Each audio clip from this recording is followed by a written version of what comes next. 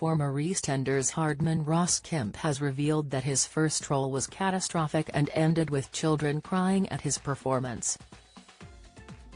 The 59-year-old actor, who has made a name for himself making hard-hitting TV documentaries since walking away from Walford and his role as Grant Mitchell, opened up about the first time that he performed for the public and how he went full method for the role and brought more than a heavy element of Al Pacino's gangster movies to his version of Punch and Judy, leaving many of the kids in tears as they were frightened by what they saw.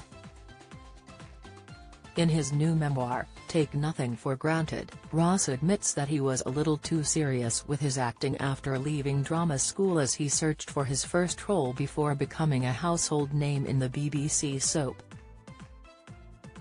Speaking about the moment that the forcefulness of his Punch and Judy characters led to children wetting themselves in the audience, Ross wrote, "I was 20, fresh out of drama school and stuck in the classic equity card catch-22.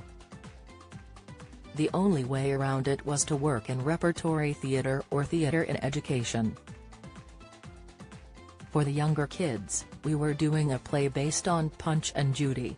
At a certain point, I steal the wizard's sausages and, to teach me a lesson, he casts a spell to make me the size of a man."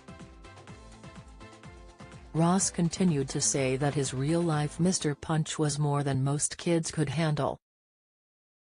He wrote, "I'm Punch. I've even reshaped my nose, so it looks more like a puppet's nose. I look objectively terrifying. But what you have to know, at this point I think I'm Al Pacino. I'm taking this very seriously. And for some reason I do Mr. Punch. With a tinge of Manchester gangland hitman in there too. So the set spins around and I come tumbling out and I have become Mr. Punch and give it hello boys and girls. And that's the moment the entire front row wets themselves. Kids are crying. Teachers are shaking their heads. Some have got their heads in their hands."